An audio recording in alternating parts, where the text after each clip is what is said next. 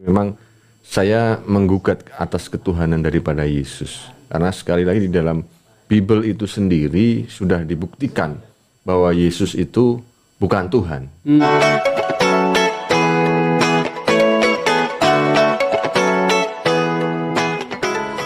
Shalom saudaraku, salam damai sejahtera di dalam kasih Kristus. Berjumpa lagi dengan saya, Didi Juli. Kita akan belajar berapologetika bersama-sama di channel ini. Dalam kesempatan kali ini saya mau menanggapi Ustadz mantan pendeta, katanya mantan pendeta dulu, Pak Agustan ya, yang mengatakan bahwa dia ini menggugat ketuhanan Yesus.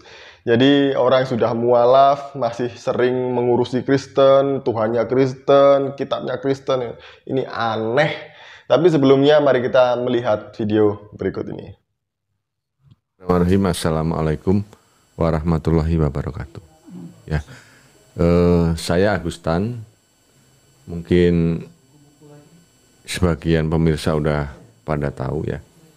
Ya ini mungkin saya akan mengulas sedikit aja ya Ustadz. Karena mungkin sering saya sampaikan. Jadi memang saya menggugat atas ketuhanan daripada Yesus. Karena sekali lagi di dalam Bible itu sendiri sudah dibuktikan bahwa Yesus itu bukan Tuhan, tapi dia kan penerima wasilah, ya nggak lebih dari nabi-nabi yang lain.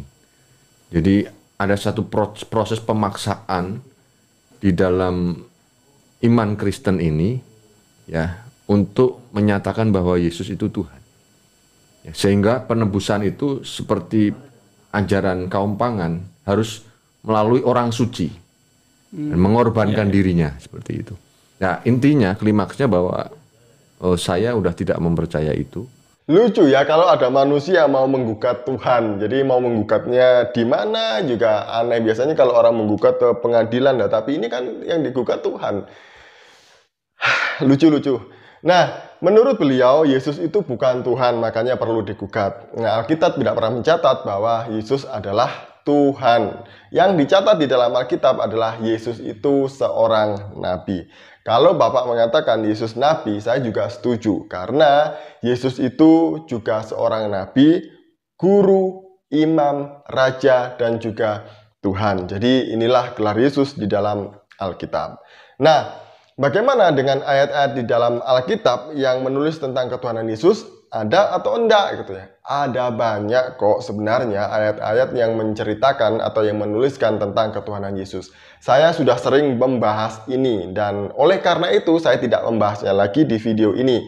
Kalau mau melihatnya silahkan dilihat di video yang lain. Karena ada satu poin penting yang mau saya bahas dari pernyataan Pak Agustan tadi itu. Yaitu pengorbanan yang dilakukan oleh Yesus itu mirip dengan tradisi pagan. Kok pangan ya? Beliau tadi mengatakan pangan ya? Pangan atau makan? Pagan Pak yang benar. Jadi benarkah tradisi Yesus itu dengan mengorbankan dirinya di atas kayu salib untuk penebusan dosa adalah tradisi pagan?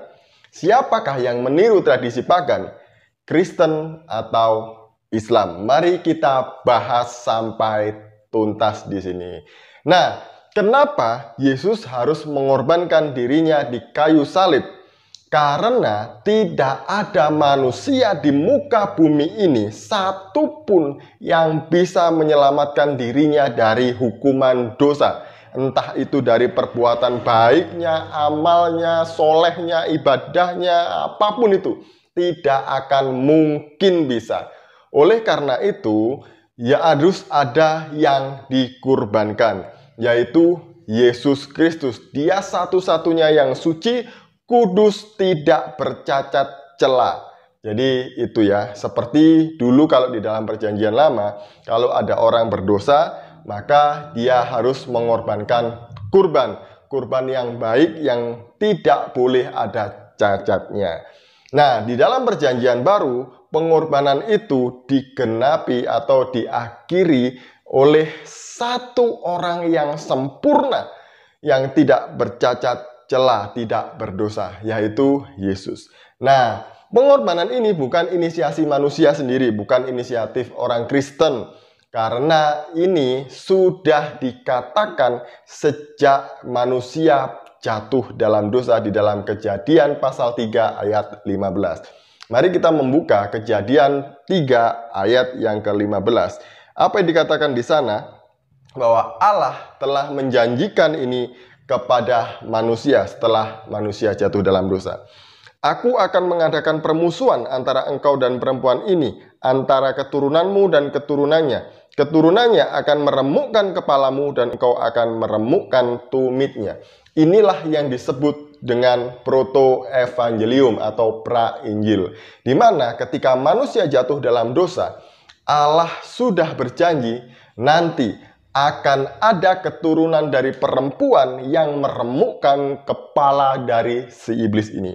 Nah, itu adalah Yesus. Jadi jelas ya kenapa Yesus harus dikorbankan atau menjadi korban di atas kayu salib. Ini bukan rencana manusia, tapi ini adalah rencana Allah sendiri. Dan Allah yang mengatakan sendiri. Nah, ini bukan meniru tradisi pagan. Nah, bagaimana dengan Islam? Saya mau mengajak Bapak, Ibu, Saudara, teman-teman semua untuk melihat di buku ini. Jadi saya punya beberapa buku, tapi saya mau membuka satu buku ini saja ya, tentang tradisi pagan yang masih dipakai oleh agamanya Pak Agustan sampai sekarang. Nah, apa itu? Menurut buku ini namanya The People versus Muhammad. Jadi ini bisa lihat ya. Saya akan membacakan di dalam halaman yang ke-108. Pertikaian di Mekah. Di awal masa awal karirnya, Muhammad dengan gencar berdakwah di jalan-jalan di Mekah. Dan terlebih di daerah-daerah yang dikeramatkan yaitu Ka'bah. Selama masa pra-Islam, Ka'bah adalah sebuah kuil yang didedikasikan kepada 60 dewa. Jadi dulu sebelum Islam lahir, Ka'bah itu adalah pusat penyembahan berhala. Ada 360 patung berbagai bentuk, jenis, ukuran dan lain sebagainya, banyak ya.